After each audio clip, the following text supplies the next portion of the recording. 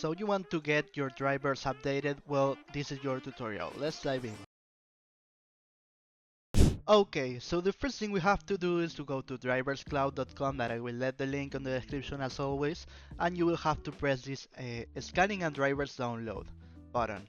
So when you press that button, you have to scroll down till you find the start detection. So to start detection, you have to create a new account, so that's what I'm going to do. And once you log in, you have to press again scanning and drivers download, and here you scroll down to start detection, install agent, select the automatic installation and wait till the file to install. You press save, then you have to press double click on the file downloaded, and once it's open you have to press install.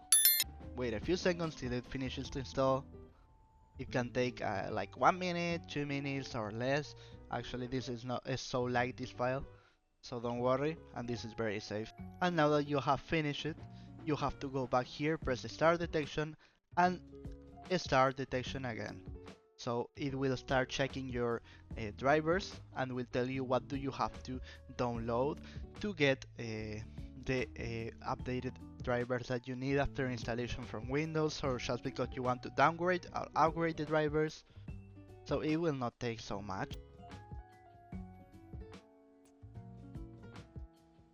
And as you can see, after it finishes, it tells me that I have to download my graphics card driver for AMD, my motherboard driver, my network PCI driver, multimedia PCI cards, PCI cards. So here you will find all your drivers. So if this video was useful for you, please comment, share, like, subscribe, press the bell in the subscription button, and see you in another Easy Way video. Goodbye.